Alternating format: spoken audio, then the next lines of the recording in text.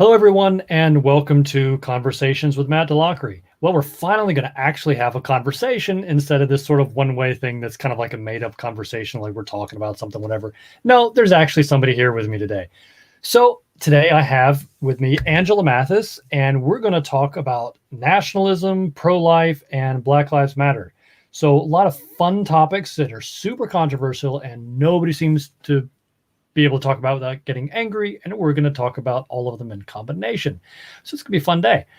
So, Angela, welcome, and thank you for coming on and talking. Thank you for having me. So could you tell everybody who's watching, a little bit about who you are, your story, what's up, all of the things? So my name is Angela. I was born and raised here in Georgia. Lived here till I was about 22, joined the military. So lived in a lot of places, including overseas, and back in Georgia now. So, just coming to terms with a lot of things. Became a Christian when I was a kid, kind of, walked that line for a long time. And this past year has I had started learning some things over the past years, but this past year in particular really started kind of digging into what's going on in this country regarding white supremacy, racism, Black Lives Matters, all of it. And then in particular, how all of that ties into Christianity. So, super fun topic that's guaranteed to piss people off. I mean, yeah, but those are the ones that need to get talked about the most. So, and that's the thing that I think that people don't understand is I came from this. Like, I know what this is about. I used to think the same things. I used to say the same things is what I'm hearing and seeing now from a lot of people.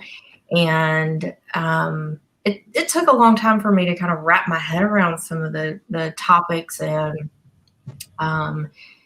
ideas that were being floated. And I used to be very angry about them and not happy, being told that I had white privilege and, wrapping my head around some of these ideas was a tough pill to swallow. So I get where a lot of people are coming from, but if I can learn and I can grow and change, then I think that it's possible for other people to do so as well.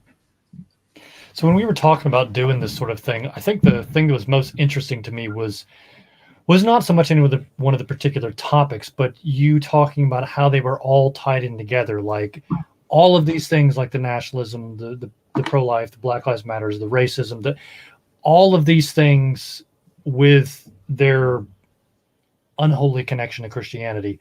Yeah. What is it that you see as far as the connection between all these things? So just preemptive thing here. I am by no means an expert. So this is simply my digging in and looking at things myself from a variety of different sources. And that's what we're all kind of trying to do, and we all need to do anyway. So so your journey is helpful to people because that's what we're all doing. Hopefully. But I was not a historian until all this kind of, and I've always liked history, but I cherry picked, which I think is what a lot of us do. I know that our current school system cherry picks, which I've discovered in my readings, particularly when it comes to slavery and racism and the history of how did we get here, and why is racism still such a huge issue, especially in a quote unquote Christian nation. And I think, again, it's all tied together. And we could start in the very beginning, 14th century, 15th century, the Crusades, Christian explorers, colonizers, if you will, were looking for resources to prevent their own extinction. So they set out to conquer new worlds and find new resources, and they brought Christianity with them. And, this was in response to wars, not World War yet, but at the time, their world, famines and pandemics, and that's like what we're going through now. We saw the TP shortage, how people react, take that back to the 14th century and the panic and the people dying. And, so we have these explorers, they're Christian, they go out and, and they meet the natives of all these lands, fast forward to US, we're only talking about the past 300, 400 years. And the fact that our country was built on the backs of slaves. Our country had that identity built into it. That white man was here. I can't even get into all of the Native American issues and the fact that we basically eradicated the natives of this country and took over. But then, we brought slaves here. We treated them as property, beat, raped, killed. And that was for a long time. And, you fast forward to now, no, not all families, not all white people own slaves. Not all families have that in their history.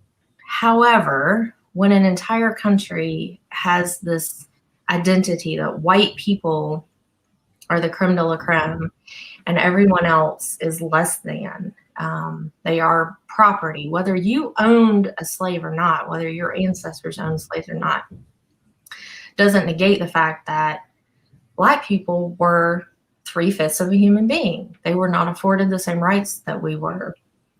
They were property. So you take that thought and the fact that we casually owned human beings, which still just blows my mind, and the fact that we treated it as though we were saving them in a way, and bringing them to Christianity, that we served up our very whitewashed Jesus and God and pretended that because we fed them and clothed them and housed them, we won't talk about the quality of the food, clothing, or housing because that's trash. But, all of their existence for the first couple hundred years of this country were our property. Whether it was our property or not doesn't matter. The idea was that white people were better than. And, even just here in Georgia, this idea, and I have links where we're going to get into this, but I think that this is important. So I have my little notes here. Every white person at the time, this is in the 1740s, believed that the institution of slavery was essential to his or her economic prosperity. Sharing the prejudice that slaveholders harbored against African Americans, even non-slaving whites believed that the abolition of slavery would destroy their own economic prospects and bring catastrophe to the state as a whole. So, like I said, whether you own slaves or not, the idea that slavery was how we got better as a people, how we made money, and that's key to current situation. And then you tie in all the violence and the slave catchers, which then, of course, turned into slave patrols, which turned into the police, which is where where we are now with Black Lives Matter, and how that's all tied in. And I know that this is all very messy, and you can pull on a thread and it links to so many other things. But like I said, this is all very, very much tied together. And so, here we are in the South today, and you think about the fact that it's only been about 55, 56 years since the Civil Rights Movement, since the Civil Rights Act was passed. My parents are barely older than that. So, this is their lifetime. Not a lot older than me, that these things have come to pass since Jim Crow. Just because slavery ended didn't mean that how we treated Black people just magically changed. There were a lot of people that were very, very angry at the fact that their property was now being taken away from them, and that they now had to pay these people that they used to not have to pay to do the work. So there becomes this ideology that Black people are lazy. Well, that came about when slavery ended and people started having to pay them to do the work. Black people are not lazy, but they are owed a decent paycheck, same as the rest of us. I have a whole list of the lies of, that Black people are stronger than normal, that they're inferior, that they're not smart, that they're just natural criminals. There's all these things, and that started at during slavery, and especially at the end of slavery, and then throughout the Jim Crow era. So that type of thought is so prevalent. It's the same as, you don't even have to think about it, that your body just takes a breath and you breathe, and and it's the same way when you're immersed in that type of thought. Nobody challenges it. Nobody questions whether or not that's true. It's just fact. I was speaking with one of my best friends last night, as a matter of fact, whose father is much older and now passed. And, he was a product, much as the same as a lot of my, ancestors were a product of their environment. And it's just fact that Black people are lazy. Black people will rob you blind. Whatever it is, whatever the lie is considered fact. And I think that that's why we see so much police violence, because, Black person jaywalks and they're immediately, chased after by the cops, arrested, potentially shot. I myself have jaywalked. I wouldn't even think about that being a crime. Jaywalking, really? That's a crime? Who cares? I need to get from point A to point B. If there's no cars coming, what's the problem? But as we see time and time and time again, and if you don't see, then I challenge you to look for these things, because trust me, there's a lot of, and now video out there proving that police do in fact target Black people inordinately more than they do white people, for the most inane things. And that's when they get shot for it. But see, this is that big plate of spaghetti. You pull on one thread and then I'm off in a tangent on another thing. I mean, I like what you're saying. I'm just going to let you go as long as you keep wanting to talk. So, I mean, you know me, I could talk for hours. All right. Well, then I'm going to start you off with another one. So, okay. You grow up in this situation like so many people do, and it's just fact. Yeah. How do you explain it to people that it's not in fact? Yeah, hanging your head. Yeah, because I know that's difficult. You have to completely flip their whole world around and turn it on its head. So how do you do that? Because I know you've tried with a lot of people, some with success and some not. But I think how have you gone about doing that? I think it just takes time because, like I said, I too struggled with some of these concepts. Like, I remember the first time I heard the term white privilege. I mean, immediately my hackles were up, and I was like, I grew up, poor. We didn't have much. My mom and daddy had to work for everything that they've ever had, and we weren't given anything. And, I had that like immediate defensive reaction, and it took a while for me to understand. And it honestly, it took talking to some of my Black and brown friends about the fact that no, it doesn't mean that I had it easy or that I had things just given to me. It means that I didn't have the color of my skin as a barrier to anything.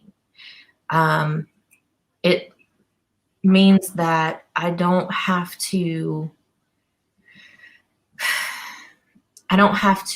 pretend to be white. I don't have to have a white voice, light skin. I already have those things. And because this country has perpetuated for years that white is best, white is right.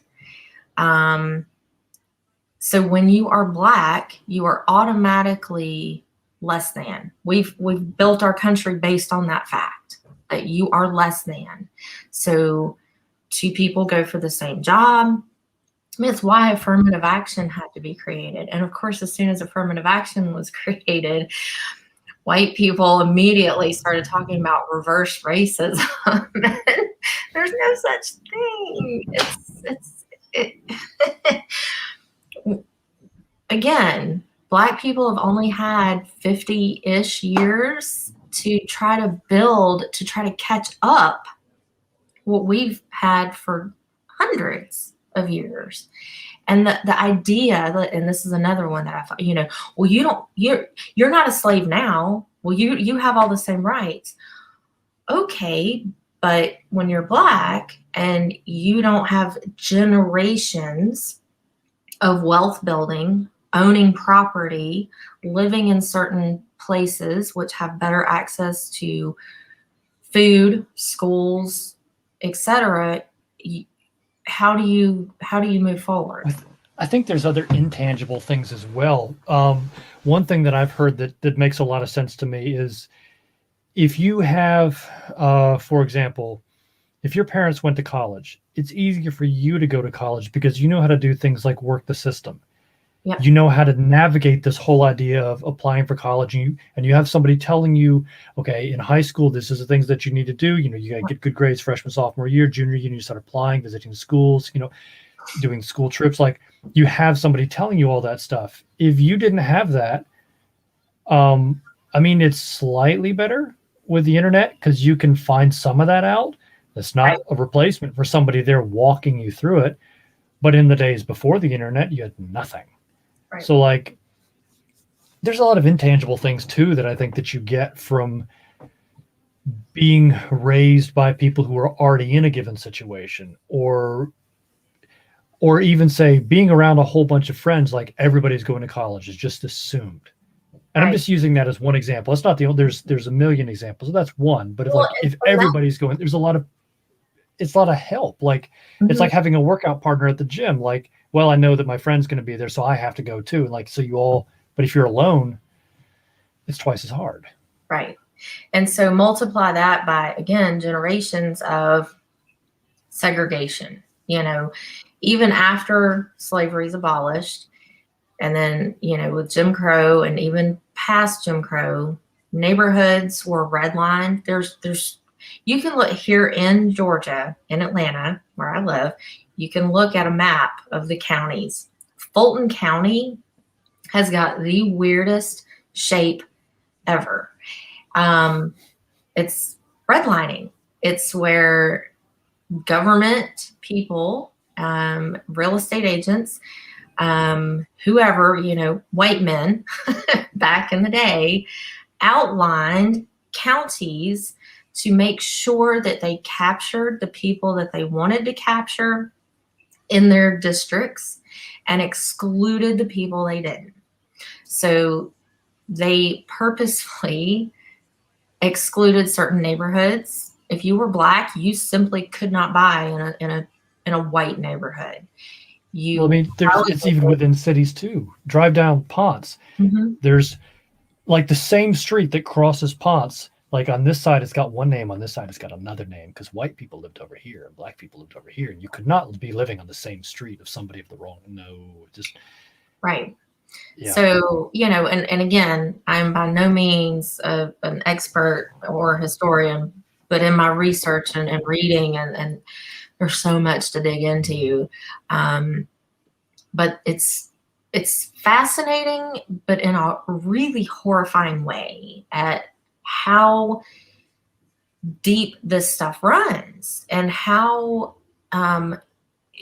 inclusive, white people became of themselves and then exclusive of everyone else, to quote, protect this way of life and to quote, protect their own, you look at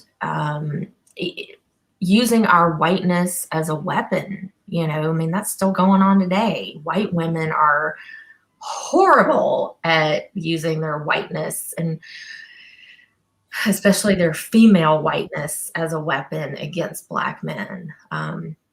It's been going on since slavery, but particularly after slavery was abolished, but all the way till just this past year with the Central Park Karen, calling the cops. And there's video that shows that she's in no danger. She's ratcheting up her voice to sound more, I'm so scared, and oh my God, he's attacking me. And he's literally just standing there with a cell phone videoing her, Apparently not even smart enough to realize he's videoing her. It's like, I think she's smart enough to know, but she is so ingrained to believe that, again, white is right. Mm-hmm. Video evidence doesn't even matter, that they're going to, as we're seeing with the riot, people are getting off federal charges, treason, terror, domestic terror acts. Those are big charges. They are being let go. They're getting to go to Mexico on vacation. They're getting to go home to their mamas. And let's get into the Christianity and evangelistic crap. You've got people who are posting bail for Kyle Rittenhouse, who murdered 2 people, drove across state lines to, quote, protect property. Property, not his life, not his home. He drove across state lines to protect property that's not even his from Black people. That boy set out, no, not boy, because he's 18. He's a man. He set out to murder people. That's all he wanted. He wasn't protecting anyone. He absolutely wanted to murder someone. And evangelicals stepped up and paid his bail, $2 million bail. It is abysmal at where we are in the year 2021 with, again, how all this is tied together. Which is why I've been saying American Christianity is broken. And right? This is not Christ-like. This behavior, this idea that Republicans are right and Democrats are wrong, that Republicans are Christian and Democrats are, pedophile, atheist, Satanist. Yeah, I don't even know how to really have actual conversations because, again, it took me some time, and it was kind of like baby steps of moving forward to where I am now, of being a lot more open-minded. And I know to some of my far right Christian friends, I'm super out there and crazy liberal. But in reality, you know, I am a Christian. I believe in God and the fact that his son died for my sins. Do I believe that that gives me the right to act certain ways? Nope, not anymore. Beating other people over the head with my white Christianity is not Christ-like. I'm fairly certain that Jesus was more socialist than current Republicans would like to think. I mean, feed the hungry, take care of widows. There's a lot more Bible verses about that than there Let the are. hate comments roll in. They'll be here at some point. Yeah. You'll be angry. The abortion issue is a huge one. And it's where a lot of people kind of draw the line in the sand or whatever. So how does that tie into all of this? Because you said everything was connected. We've been talking about race and it is connected. A little bit of national, mostly race. But how does the abortion thing tie into all of this? So the whole pro-life, mantra. If we're going to say we're pro-life, and as Christians, I believe we should be pro-life, but that actually means all lives. And I know it's funny because that's normally because all lives matter, right? Yes. So if all lives matter, shouldn't then the response is automatic? There's a thing out there. It's a TikTok, and it's like, tell me that you're a racist without saying you're a racist, and it's, well, all lives matter. Yeah. So yes, all lives matter. However, I find it hard to reconcile that all lives matter and that you're pro-life when Republicans more so, and please don't get it twisted. I think that politicians are assholes. That means all of them. In some respect, I think some are better than others, but there's no great politicians. I think they're in it for themselves, and the best interests of this country are not in what they want. So they're in it for themselves and lining their own pockets. But anyway, pro-life,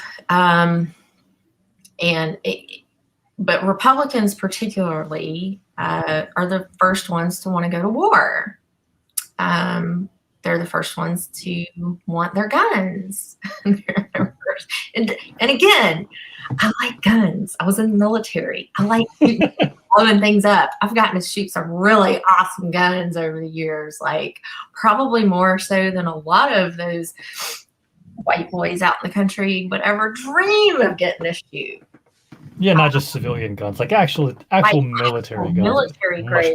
Much better. From a helicopter, no doubt, too. So, that's just a bonus. Right? That's more. However, one of my flight surgeons told me the whole point of the military is to kill people and break things. Period. End of story. Kill people and break things. And we have, quote, the greatest military on the planet. We spend more money. A lot of people break a lot of things. Yes. We spend more money on our military than a lot of small countries' entire, national, it's insane at the money we spend. And I was part of that, and and I don't negate my time in the military. I'm proud of it. I think that our military is important. how much we spend on it and what we do with it is a whole different thing. But then that extrapolates more into how much money we spend on our current police force here in the United States. Is also astronomical. The sheer millions of dollars that local departments have. When you look at departments like LAPD out in California, I'd have to pull the numbers, but I want to say it's somewhere like 700 million. I mean, it's these are crazy numbers. Like the things that you could do with that kind of money to prevent a lot of issues in your local, if they took some of that money, and again, this goes into, it's all tied together. I hate the term defund the police because that's not what it is. It's reallocation of funds. You take out of this pot and you move it into this pot that deals more with social services and helping people that are having mental breakdowns. These people that are getting shot could have just dealt with some psychological help, So like somebody has a mental breakdown, 911 is called, a therapist instead of a cop shows up. Correct. And there are some towns out there that are doing it. There's one that's been doing it for almost 30 years, I believe. They're having great success. They took some of the money away from the cops and gave it to these people. And they are actually preventing issues in the community. They're preventing cops from shooting people unnecessarily. And, because I forget where I read it or somebody said it to me, that, everybody's like, oh, well, who are you going to call if the cop, somebody breaks into your house? Well, actually, if somebody breaks into my house and I'm not here and I get home and they're long gone, what are the cops doing? Anybody could take a report and write down oh, you're missing this and you're missing. I could go take that report for you for, $100. I'll write everything down and go turn it into your insurance. Great. Why does it have to be police to do that? I think it should get filed with the police and they can help be on the lookout for criminals. But 9 times out of 10, most of the time the cops get there after the crime has been committed.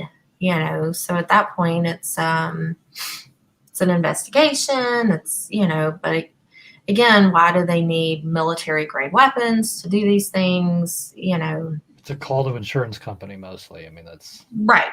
And again, there's a lot of chasing down Black people, when you over police Black neighborhoods. Okay. For instance, I'm putting it out here. I'm going to get in trouble for this, I'm sure. I drive my car really, really fast. I have a really fun little sports car, and it's my most favorite thing to do is to drive it really By really fast, she means like 3 or 4 miles an hour over the speed limit. Yeah, right. Yeah, that's not it. If I happen to live in a neighborhood that was primarily Black and there were cops everywhere, because they do. It's proven. They hang out in Black neighborhoods. They're just waiting for something to happen, which is why they catch Black people jaywalking and they arrest. It's silliness. I hardly ever see cops in my neighborhood. Hardly ever. But if my neighborhood were overly policed, you can bet I would get a ticket every day. They would be on the lookout for me every day. I would be in your car. Or I would have to, go really slow, But because of where I live, because of my neighborhood, because there are no cops around, I get away with breaking the law on the reg. So it's not that white people don't do things wrong and that Black people are inherently criminal. It's that the cops focus over here instead of everywhere, or simply letting some things go or whatever, But again, the whole pro-life and all of that, if we're going to be pro-life, and then that means everyone. That means basically we have to remember that God loves the people you hate. Whether you like them or not, God still loves them. And cherry picking, which I think is what the pro-life movement has done, they've picked the one demographic that they don't have to do anything for. They don't have to actually give any money for it. They don't actually have to take care of anyone. They don't have to show up with a meal, or, you know, they don't have to do anything. Explain what you mean by that a little bit. What do you mean that, like, you don't have to do anything to be, because I don't think that's going to be clear to a lot of people. Like, what do you mean by that? Because the unborn, they have no voice. They've never done anything wrong because they're not even born yet. You know, they're the best cause to get behind because they're innocent, but they also don't cause any personal like, I don't have to do anything. I don't have to show up. I don't have to put my money out there. I don't have to help do anything. I can just say I'm pro-life and, like, save the babies. But I'm not saving the babies. I'm simply not wanting you to get an abortion. But that baby, when you have that baby that I'm forcing you to have, when you have that baby, I'm not going to take any responsibility for the baby. I'm not going to help you feed, clothe, house the baby. I'm not going to potentially take the baby. I'm going to say that, oh, you should, you know, people want to adopt, but I'm not willing to adopt. No, but you will look down on somebody who has a teen pregnancy and has a child at 17. You will look down on them, though, so that will happen. Correct. The church has notoriously been, you know, part of that crowd of looking down on teenage, you know, girls getting pregnant, but they're going to tell you that you can't have an abortion. They're not going to help you with that baby. They're not going to open the doors and let you in. They're not going to welcome you to sit in the front row during. Yeah, see, if you really wanted to be pro-life, if you're like, okay, look, don't get the abortion, but we are going to help walk you through this because we know how difficult it's going to be. We're going to help you buy diapers. We're going to help you with childcare while you finish school. Or we're going to help find a family. On and on and on. Find a family. Yeah, or that. Baby, but this. We're going to step with you and walk with you through this the whole way. Right. Anti-abortion is just don't get an abortion. Pro-life is we're going to help you sort this out. Right. Those are different things. Right. So, very different. Yeah. And there's not a lot of people that are willing to dig deeper into it. They simply like, well, Jesus said, well, yeah, but Jesus also said to love thy neighbor. Jesus also said, take care of the indigent and the widow. And you know, there's a lot of things Jesus said, but he didn't actually get into abortion. Granted, you are the New Testament scholar. He didn't talk about it. But I'm fairly certain that there's no Bible verses about abortion. And there's a no, it's in Second Opinions. Yeah. So, you know, again, I'm a Christian who is definitely more liberal. But I think abortion is wrong as a form of birth control. You know, but I also am smart enough to understand that there's a lot of women out there, and that's another thing, you know, I'm not even going to touch on that subject, other than just the statement here that the women are the ones forced to deal with these things. Men have had zero accountability in these pregnancies. You know. Well, the interesting thing is, like, when you say that, it's just one more group in the entire process. If somebody has a child that they weren't prepared for, didn't want to, or doesn't want to deal with, anyone who can walk away from it does. Right. It's just that the woman can't because she's attached. Everybody else walks away.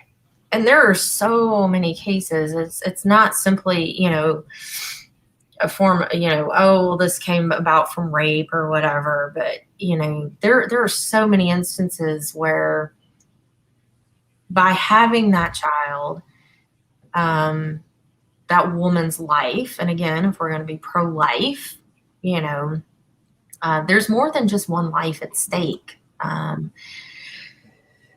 You know, and it's a tough topic because, again, I'm not a fan of abortion. However, again, I'm smart enough to understand that there's more to it than that. It's not as black and white as people want to make it. And there are many, many, many more lives at stake than just that child's. And I'm not prepared to destroy everyone else's life, in the sake of, or in the name of Christianity, and that one topic, one issue stance, of voting Republican or whatever, that's the end all be all. There are so many nuances to this pro-life issue, and I could go into like this whole other segment that I believe that abortion is actually a form of racism in itself because it's targeted to the Black and brown communities. I mean, out here in suburbia, there are no abortion clinics that I'm aware of. Never seen one. Inner city, there's a lot, in every city. And I think it's a way for them to eradicate Black and brown people. And I think that that's atrocious. But again, it's a sticky situation. It's a hard topic to delve into.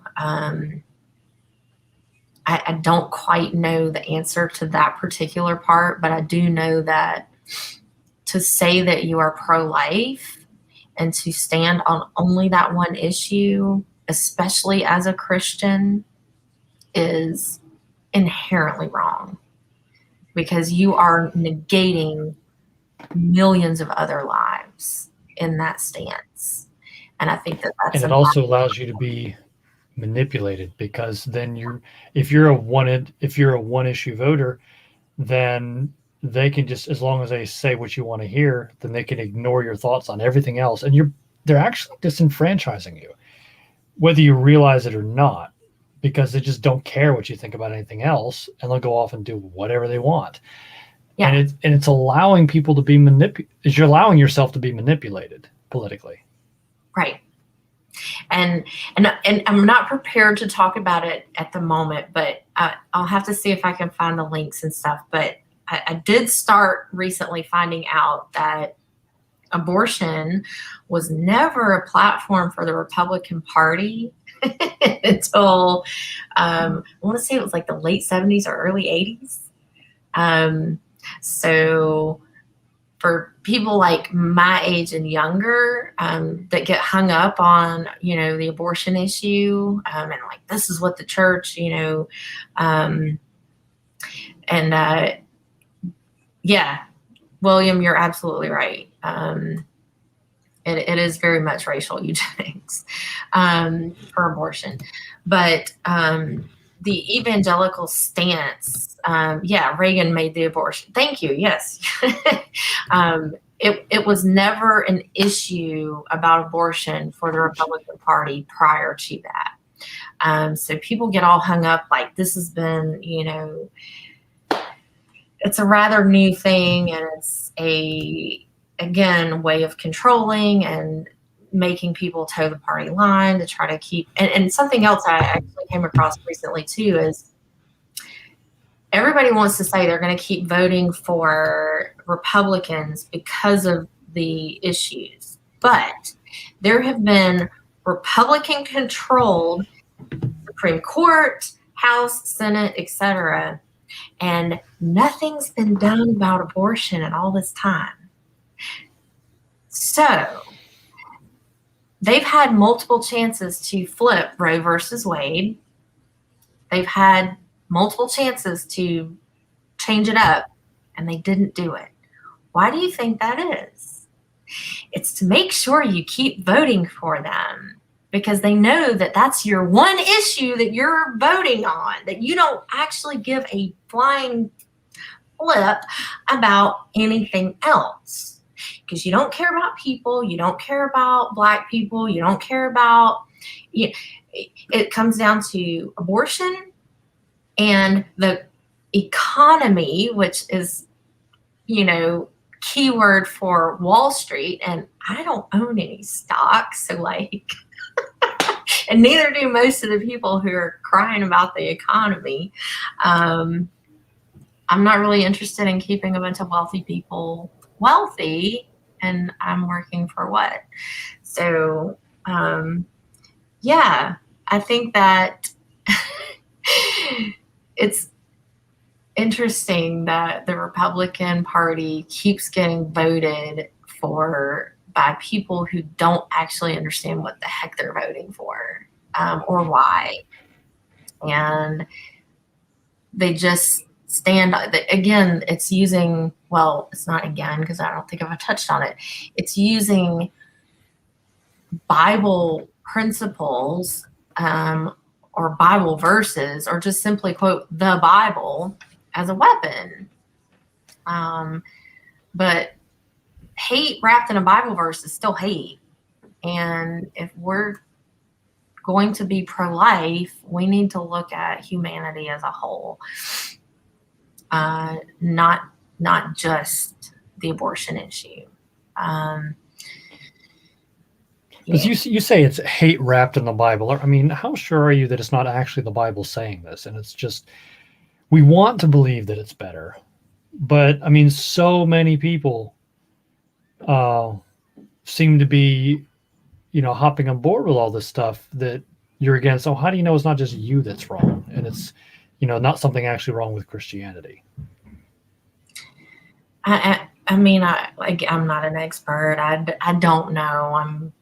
I know that the more I'm looking for your thoughts and opinions. I know. I know that the more history I delve into, and history's repeating itself, Nazism, this white nationalism, again, it's tied in with Christianity. Our identity as Christians in this country in particular is tied to being an American somehow. I don't believe from anything else I've seen that our Christianity and nationalism are tied in other countries the way it is here. The two are linked. As a matter of fact, I'm seeing that there's a lot of people who call themselves patriots and, whatever, and they think that they are Christian. I think that they believe, because this is, quote, a Christian nation, that automatically imbibes, whatever the word is, gives them Christianity rather than actually understanding who God is, that he sent his son here for our sins to die on the cross, and that we need to acknowledge that and create a relationship with Christ. It's simply, well, I was born here. It's not like being Irish. You're not born a Christian just because you were born in this country. There's actually things you have to do, and then continue to do. And yeah, I don't know the answers. I'm still researching. I'm still reading. I'm still trying to delve into the history. And because, again, the fact that our education system whitewashed a lot of our history and did not talk about things. The fact that we have statues of Confederate, treasonous traitors gracing the, fronts of government buildings. If you go to Germany, you don't see statues of Hitler or Goebbels or whoever. Like, you don't see those guys being glorified as a statue. They lost. They were horrible people who killed a lot of people in the name of white supremacy. And basically, that was what our Confederate, traders did as well, trying to keep slavery. And a lot of people will get into, oh, it's state rights and this and that. No, it goes back, it's slavery. We can pretend all we want to that it's not about slavery and keeping Black people where they belong. I'm being sarcastic here. I do not believe that Black people belong in slavery. But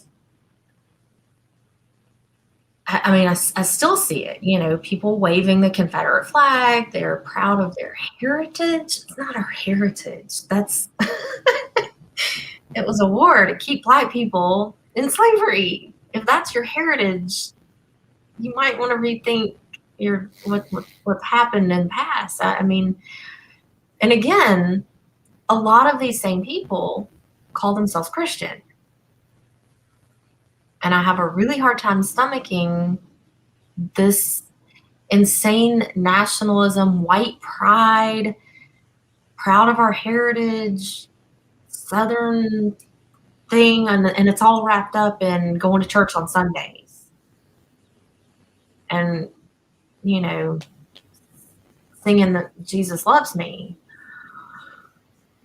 Yeah, Jesus loves you, but he loves all them other people too. He loves you. Bless your heart. Yeah, bless your heart. And by the way, Jesus wasn't white. No, he wasn't white at all. Neither were a number of the church fathers either. So there's that too. A lot of early Christians who were foundational in. You not hearing me? It's staticky. Are you hearing this or no? It is, but whenever you talk, it's super staticky. I don't know why I didn't do anything. I know still you did. Staticky? No, it's better. Just don't. Okay, so it's working out. Just stay right there. I'll pretend like it's a Zoom call, and I've not moved, so you think my screen is frozen, but I'm really not. So I'm just going to do that. Look, I'm just glad that my cat has stayed away over there at the chair because I thought she would be all. I forgot that she existed. Like that's. Right? I mean, normally she'd be up in the middle speaking of the camera. Guns, I even had my water gun ready for if she came over here. It's like an amendment. I shoot my cat. Anyway. With water for those of you listening on audio only. It's not a real gun. It's not even a Nerf gun. It's water for when she's bad. It is a water gun. And she is bad. She is a bad, bad kitty. Yeah. But what I was trying to say without the static is like a lot of the people who were foundational in early Christianity getting going were not white. Northern Africa was a big place for early Christianity. So, for those of y'all who don't know anything about church history, I'm not great at church history, but I know a little bit. I know Northern Africa was a big place. That was a thing. Yeah. Northern Africa, Middle East, and there was some Europe in there too, but yeah, Middle East is where it's all at. Yeah. So I don't know. Like I said, I don't know the answers to everything, and I feel like I've come a very long way from where I used to be, and the way I used to think, and it's not that I think that I'm better or that I'm right about every single thing. I may be dead wrong. I don't think so based on everything I'm reading and like I said, the history, when you start really digging into actual history that's not been rewritten to make people feel better about the atrocities of this country, or even, if you want to go back further, the world. I just want to talk about us because this is our issue, as a country, and particularly as white people. I think that it is absolutely our issue to talk about with other white people. I was very. So how can we start? How can just normal people? Because we're not elected officials. We can't change laws and like we never will be. Probably for the best. If you want to know, my real thoughts is that this is never going to change. Yeah, that's not the thought that I wanted to hear. Like, Jesus is going to come back. This isn't going to change. It's Okay. 2021, and we're still dealing with a lot of the same issues. It's not going to change. However, because here's the problem, is just like when Lincoln ended slavery, it didn't poof magically make everything better and make Black people like completely equal to, I mean, we still treated them like crap. I mean, let's not even, actually, I do kind of want to talk about the prison system and the fact that prison system is an extension of slavery, that the 13th Amendment was actually written for that reason. There's a clause in there that says slavery is not legal except for, I actually have it written out because this is important that people understand where this comes from.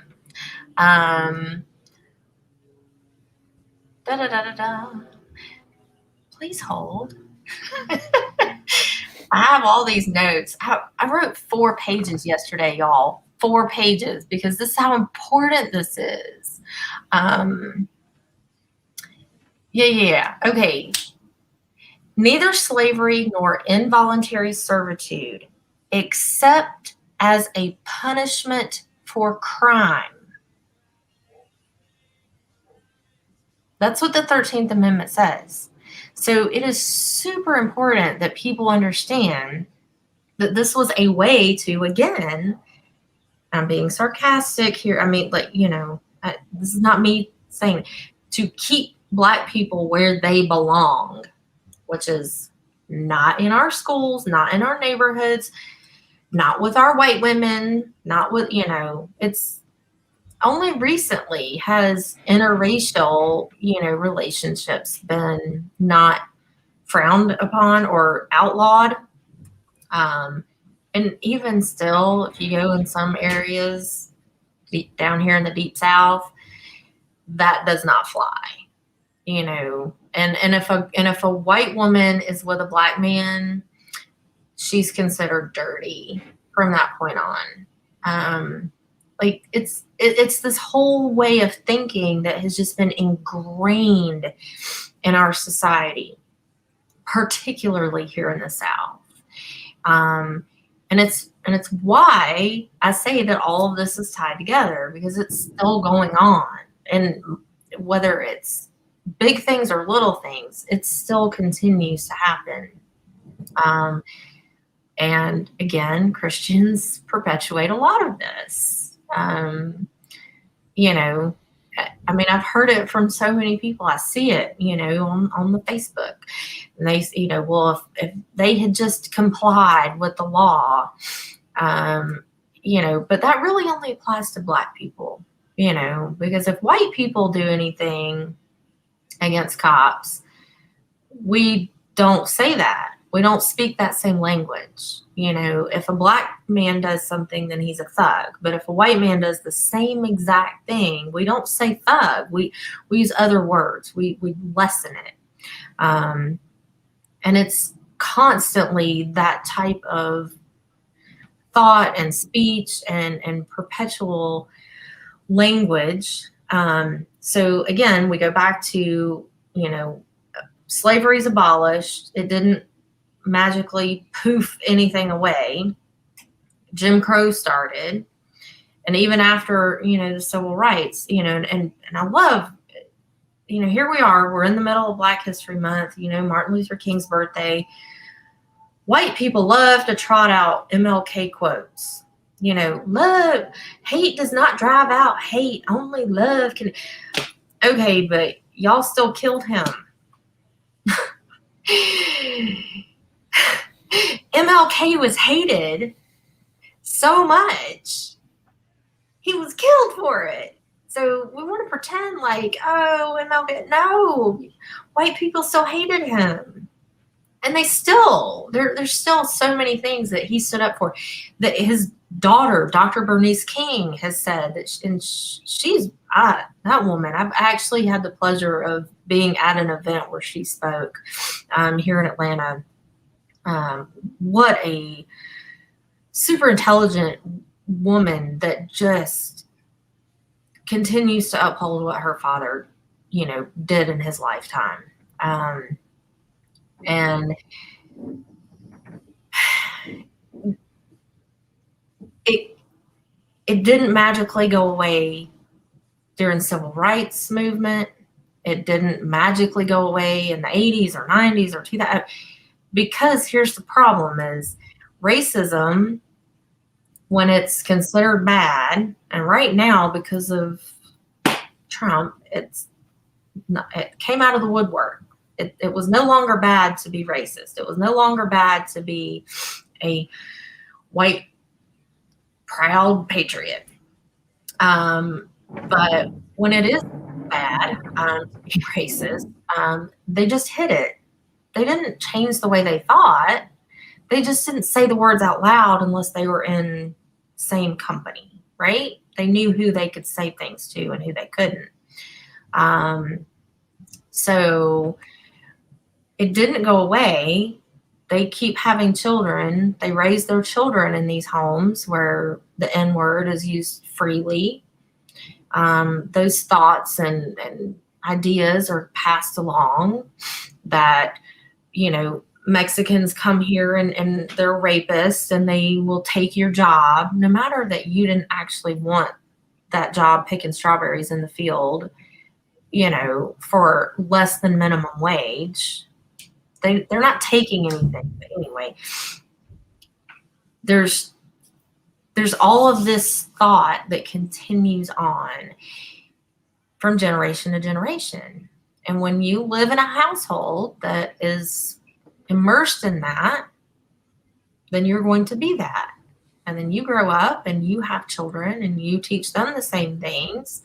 So that's why when I say this isn't going to go away, because the only way it goes away is if the people who truly believe these things and say these things don't have children and don't have access to other people and they die, leaving only the people behind who don't believe it. And since we can't keep... If we're not actually going to change things as a society, what about individuals? What can individuals do, or what can we hope to achieve at a smaller level?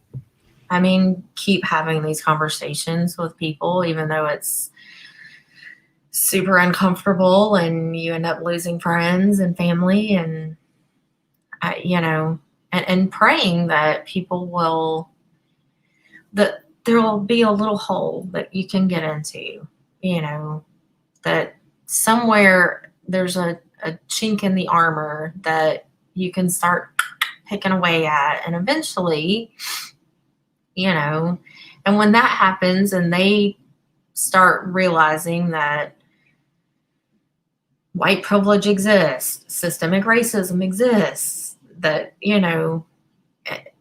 and no, I didn't have to own the slave in order to have white privilege, Because you said that white privilege was really just about not having any barriers because you're white, not because you've actually done anything. Right. It doesn't give me anything other than it just simply takes away one extra thing that I don't have to fight against. And there's people can go look a lot of this stuff up for themselves,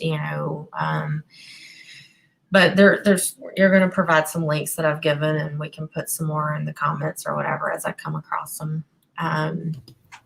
But there are links that I put in the description that Angela recommends if you want to check those out to see anything further. So those are there. So Yeah. But in all honesty, it's really just continual prayer, continual learning, understanding that I'm going to get it wrong sometimes. I still have to attempt to reprioritize how I think about certain things, and, not have this defensive reaction, as a white person, as a Southern person, as a, whatever it is that, and it's human nature. We get defensive. We want to protect what's ours, but letting go of this idea that the white race is somehow better, letting go of the idea that God loves any one of us more than others, and certainly eradicating this political party nonsense that one political party is the Christian party or the right party. Because I think that both do some really crappy jobs on some things, but both do some good things.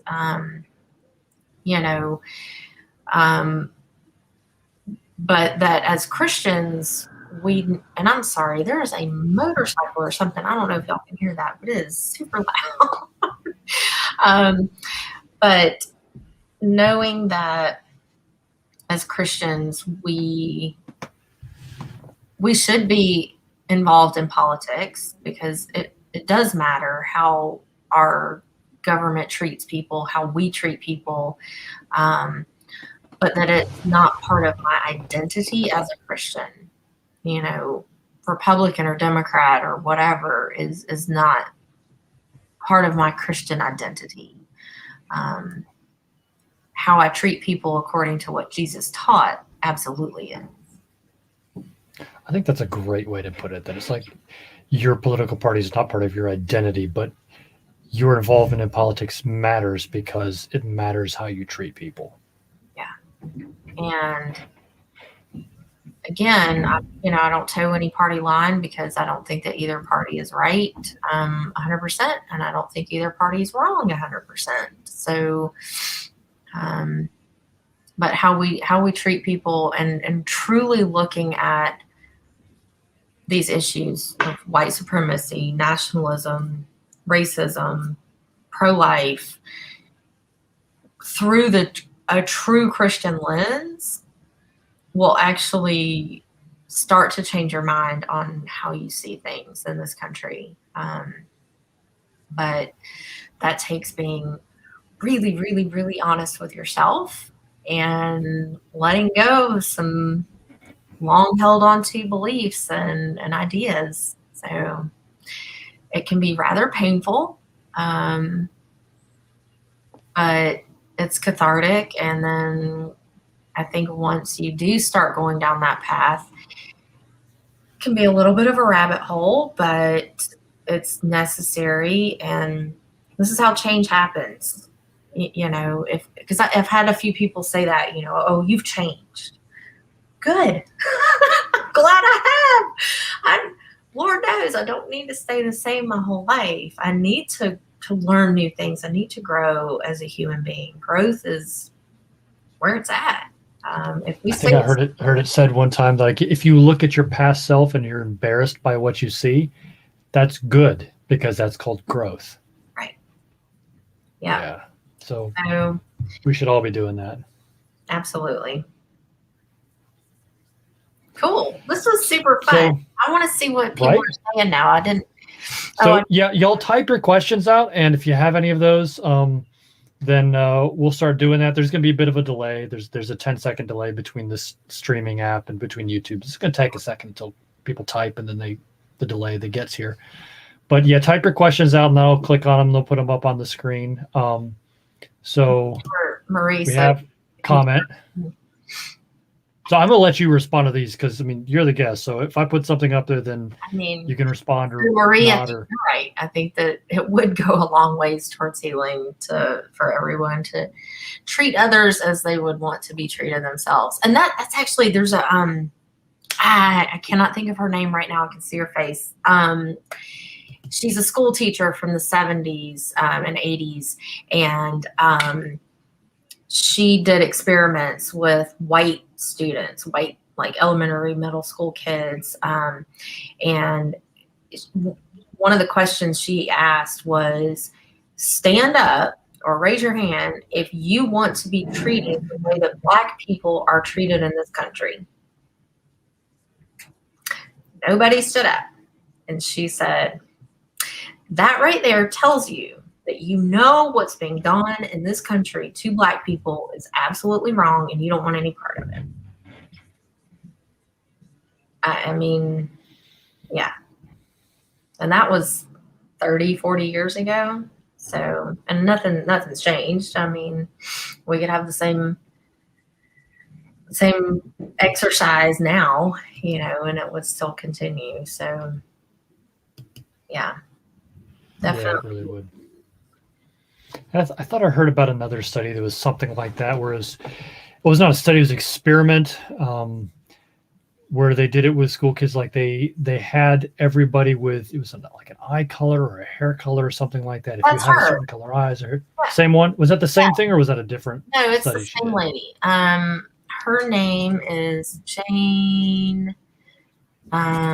School teacher Jane Elliott, I think.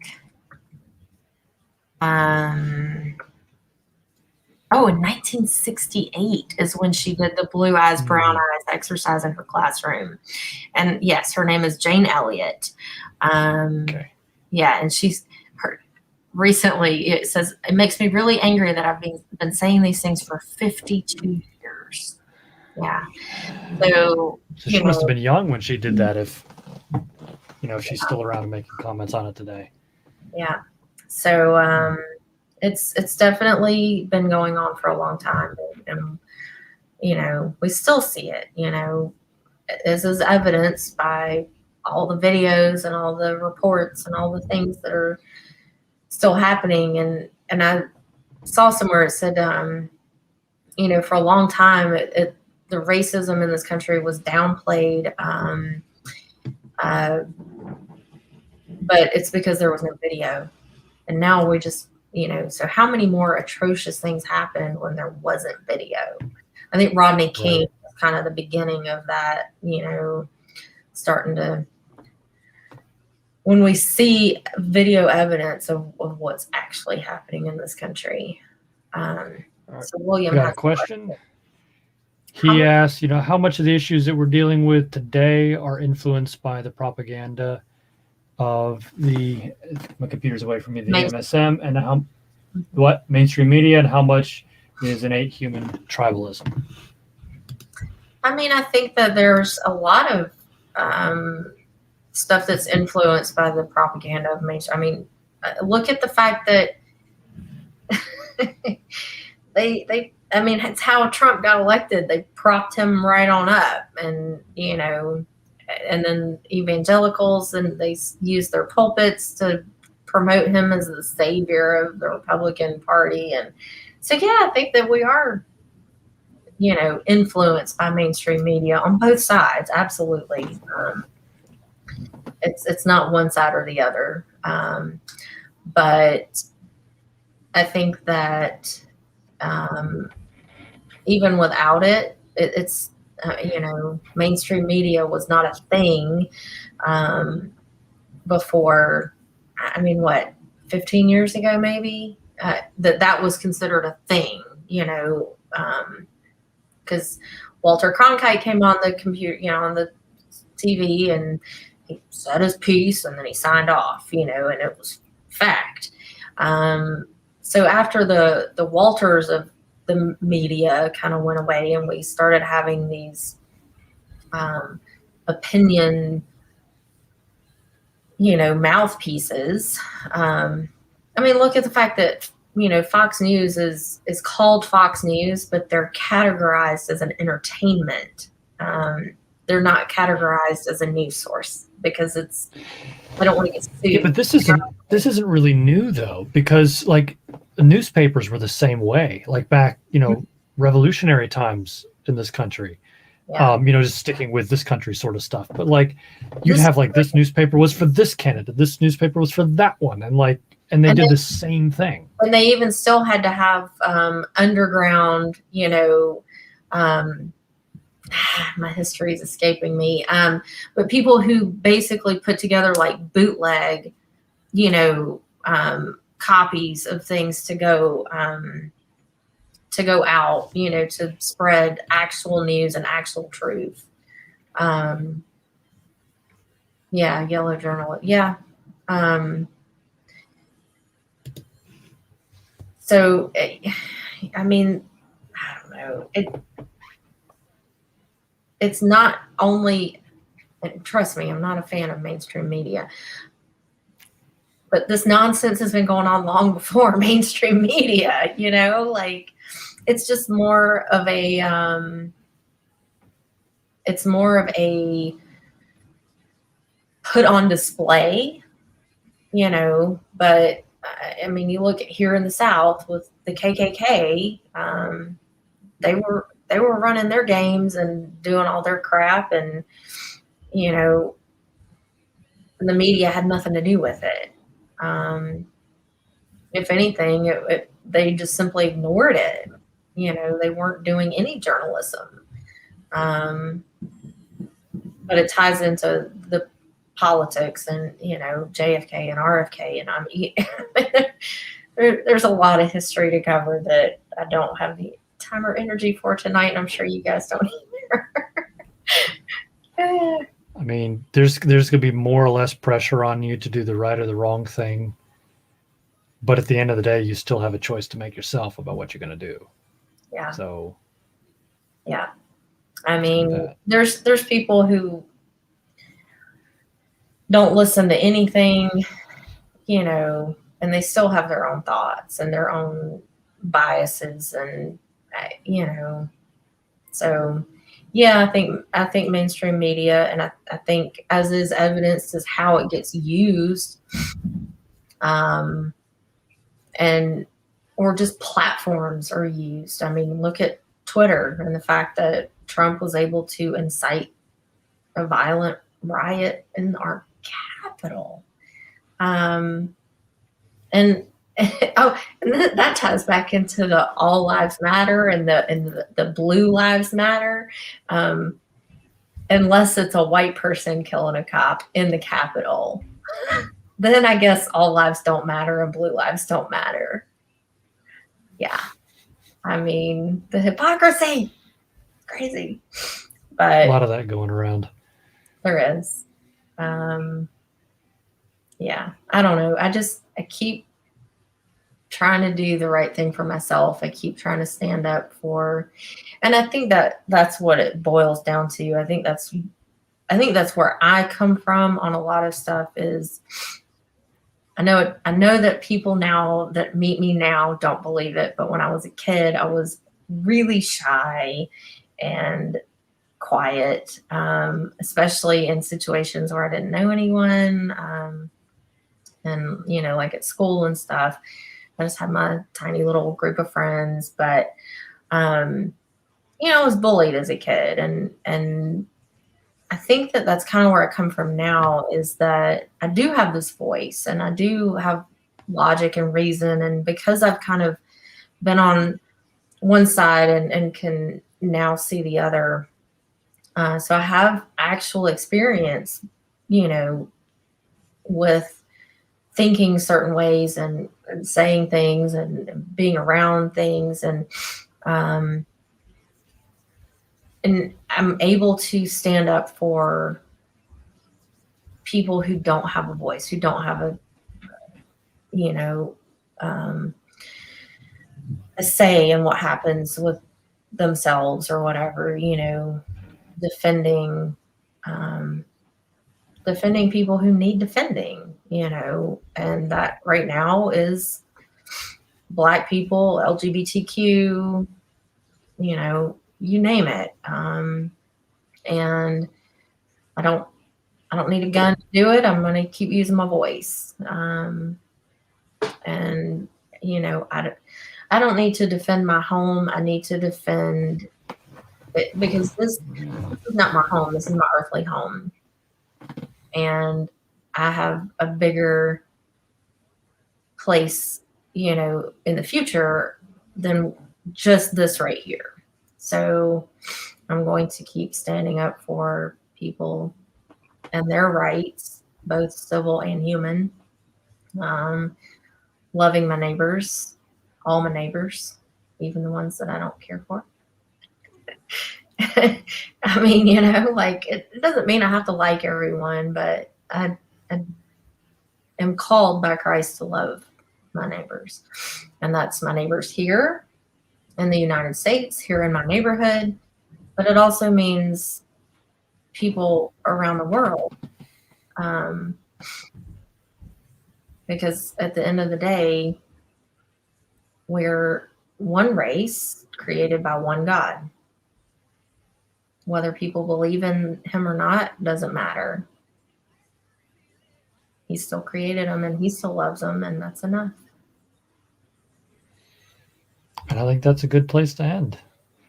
Thank you, Angela, very much for coming on and sharing some thoughts, some very great thoughts on some very difficult topics on how they all intersect with each other. So appreciate you coming on. I hope if you've watched this long, that you've gotten something out of it. Sorry. And yeah, you told me you're going to be, oh, well, I could talk for maybe 10 or 20 minutes. I'm like, yeah, right. I knew better than that when we were texting. There's no way it's going to be 10 or 20 minutes. Yeah. Yeah, whatever. But that's good. That's what I intended. I was hoping 1 to 2 hours or 122. We're good. Awesome. So thank you again for coming on. Thank you, everybody, for listening. Have a great day.